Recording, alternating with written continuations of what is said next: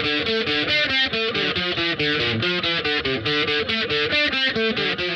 Alex Trades, and this is the Sunday Book Circle for The Farm by Joanne Ramos. Ramos? I'm sorry if I'm pronouncing that wrong. The Farm is about 4 women: Jane, a Filipina with an infant daughter living in New York in an immigrant dorm; Ate Evelyn, Jane's cousin who works as a baby nurse for rich couples in New York; May, a half-Chinese, half-Caucasian woman who runs Golden Oats, a place where surrogates are put in the optimal conditions for the very rich clients' babies; and Reagan, a Caucasian woman struggling to stand on her own 2 feet as her father feels his financial support of her gives him the right to dictate her life. Jane and Reagan become surrogates, or hosts as they are called at Golden Oats, and share the same room. As issues of control over the host come up, May slowly loses her grasp on the situation at Golden Oats. So when I first get a book, I don't read the flap or find out what it's about until I start reading. I got The Farm and then immediately paused when I really looked at the cover and realized that those were pregnant women.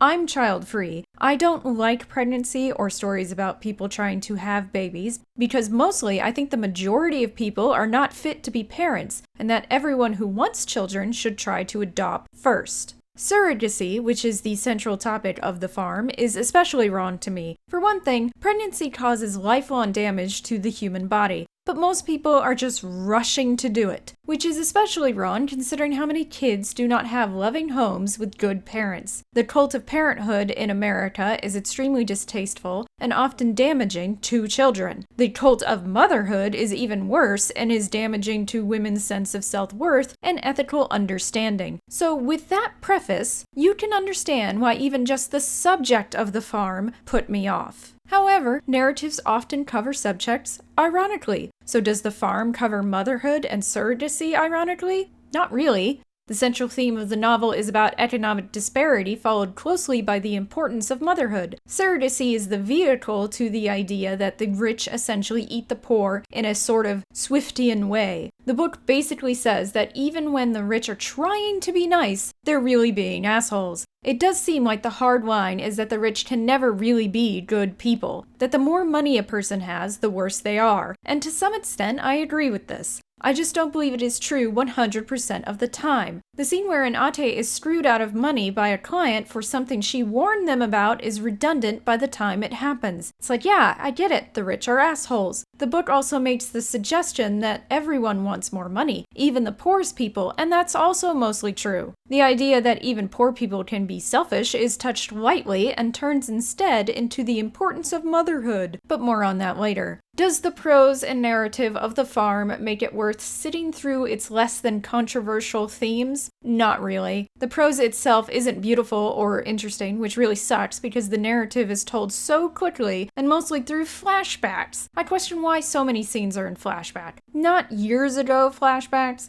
days ago, sometimes only hours ago flashbacks. Why not tell it chronologically? Why circle backwards when there's nothing to be gained from not staying temporally close throughout the pregnancies? It makes no sense to me. It doesn't add anything to the story, and it only suggests that the writer was rushing through the narrative to present her themes. I didn't feel like I was reading a novel so much as someone was verbally telling me a fable and kept screwing up the order of action. A rewrite could have fixed this easily. There's nothing to be gained from this kind of storytelling, except maybe frustration from your reader. And I believe that writing this way and not giving it another draft resulted in a couple of narrative errors, such as the fact that all of Reagan's notes for future photos are of nature, like a bird in the sky, which are show details, but later we are told that Reagan prefers to take photos of people, which is a completely different type of photography. Now, the workings of Golden Oats are not outside the realm of possibility, mostly because the hosts are all desperate people. I doubt even most of the public would blink an eye at many of the things that Golden Oats does. The idea of forcing surrogates to be as healthy as possible makes sense. It's the lying, misdirection, and secrecy that's the real issue.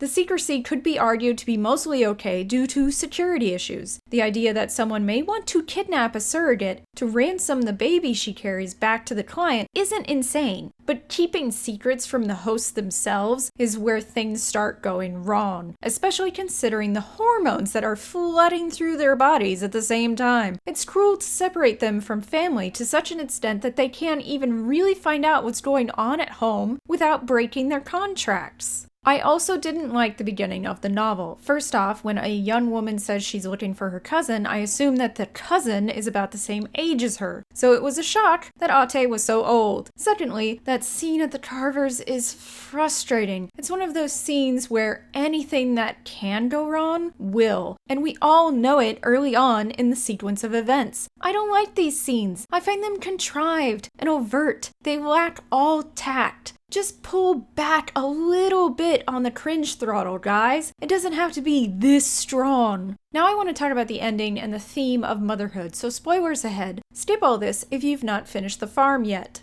So if Jane had trusted May more, May probably would have found out what was going on with her daughter without Jane having to take off. But had May been more honest with the hosts in the first place, then Jane would have trusted her more. In the end, though, the most culpable in the disaster of Jane losing her delivery bonus is Ate. Ate is quite the mover and shaker. She uses Jane repeatedly throughout the novel, convincing her to leave a steady job for a temporary one. So the idea that she was getting a finder's fee for her own cousin and spying on her at the same time is unsurprising. A lot of people might think that, Ate was doing Jane a favor by convincing her to become a host, but really it was about the money she could make with Jane there. A lot of the book is about how people use each other mutually for gain, but Ate crossed a line by doing this to family without being upfront with the terms. Had she told Jane that she would also make money from this, and Jane said yes knowing that, then fine. They're all on the same page. But that's not what Ate did. So yeah, Jane was pissed. But then, Jane immediately forgives her upon learning that Ate is sick and dying because all the money Ate made was for her disabled son Roy. And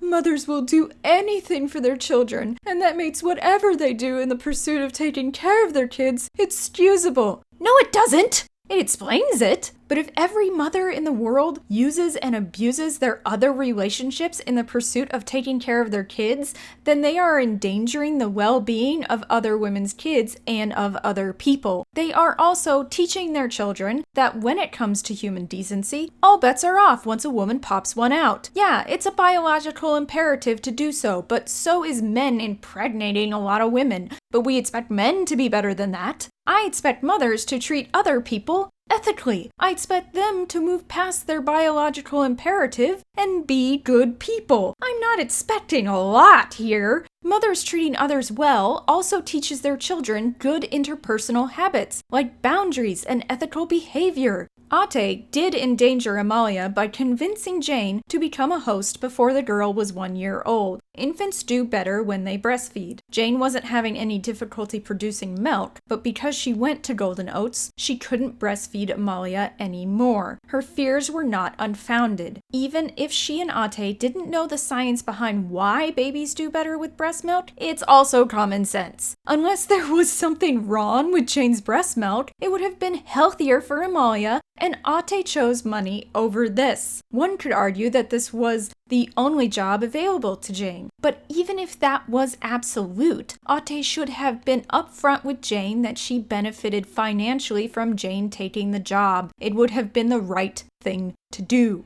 Jane probably would have still taken the job. And Ate should have also told Jane that any conversations they had would be reported to Golden Oats. Again, it would have been the right thing to do, not just as a human being, but also as a family member who claimed to love her. But because Ate did it for Roy, everything is forgiven. Because Ate was dying, she even got out of apologizing to Jane. I get that once a person is dead, you can't confront them anymore for what they've done, so you might as well move past it. But this is a created narrative, and the writer wrote it in such a way that Ate escapes all responsibility through her being a mother, and escapes any need to own what she did by dying. That's not very good writing, because with Jane just letting it all go so quickly, and for such a stupid reason, It suggests that what Ate did was acceptable. Treat your family members like crap and then just wait to die so you don't have to be an adult and admit what you've done wrong. We even get a bit of Ate's mind in the end, and there's nothing of guilt or remorse over misleading Jane. It's just more of her motherhood thoughts.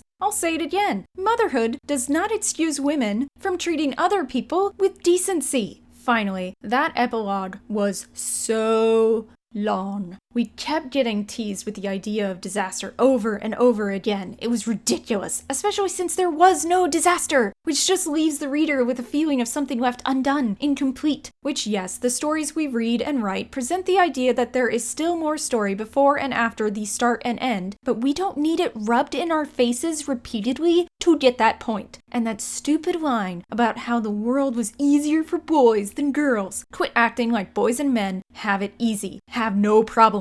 If anything, Victor is going to have a better life than Amalia because his parents are rich, not because he's a boy. Rich girls have it better than poor boys. I mean, geez, weren't some rich people buying their daughter's entrance into Ivy League universities not so long ago? So even bringing that idea up is grating. Men can't rent out their uterus for insane payouts. No man is ever going to make as much money as a woman can off the trading of their reproductive contribution. Also, many of the things that we think are female problems are just human problems. Identity issues, self-worth and self-image, loneliness, alienation, isolation, interpersonal abuse, physical and mental violation, depression, etc., are all things anyone can experience. And given the number of male to female suicides, I'd say men have a harder time of moving through the world than a lot of people are willing to acknowledge. And no one will ever convince me that men with mental illnesses, addictions, health conditions, learning, developmental, or physical disabilities, extreme student loan debt, abusive people in their life, etc., are playing in God mode compared to the average woman. But especially compared to a woman like May, even with all the problems I suffer, I know for a fact that there are a lot of men in the world, hell, in the US, who have it worse than me. This kind of messaging needs to stop. It's invalidating of a very real epidemic of male suicide. I've noticed recently that besides my reading only covering freaking New Yorkers,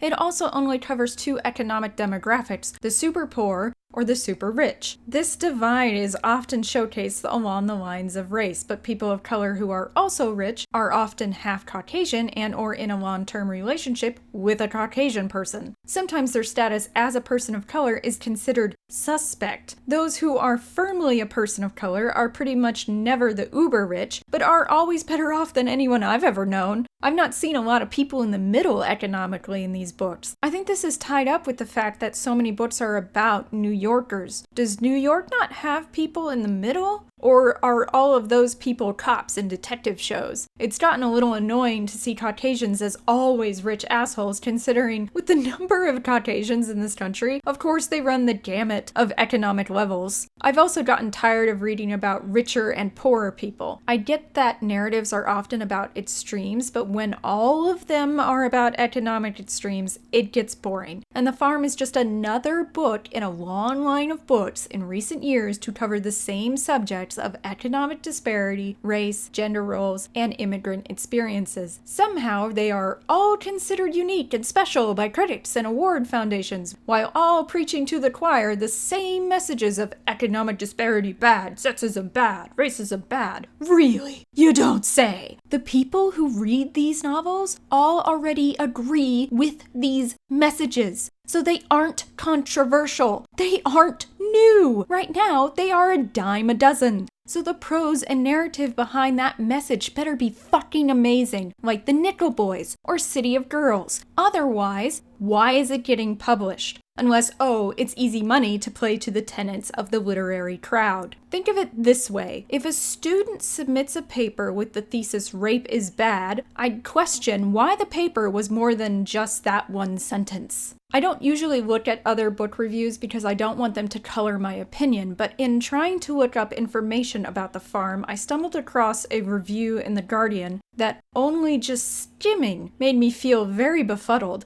For example, I don't remember that the host can't take pain medication, but especially them being charged rent to be at Golden Oats. I remember May asking the host to pay their rent ahead of time on their actual residences to prevent worry over their apartments affecting the pregnancies. I also didn't see May as lacking depth and dimension with all the subtlety of Dr. Evil, so while I didn't like the farm, I obviously don't hate it so much as to write that Ramos didn't characterize the people well. I felt that was well done. In fact, characterization is the farm's strong point. It's the thematic exploration which is overdone, which grates the most. Would I suggest it? Probably not. I mean, you could learn from it what not to do when it comes to the unfolding of a narrative, i.e. don't flashback every other moment. But other than that, it's just another take on the idea that the rich are bad people, even when they are being nice, which at this point is old hat. But what did you think of the farm? Did you like it? Did you find it annoying how much of it was told in flashback, especially if you are a writer yourself? If you're a mother, did you find the theme of motherhood agreeable? If you're child-free, could you even sit through this novel? Are you as sick of New York and economic disparity themes as I am? Let me know in the comments below, and please mark all spoilers.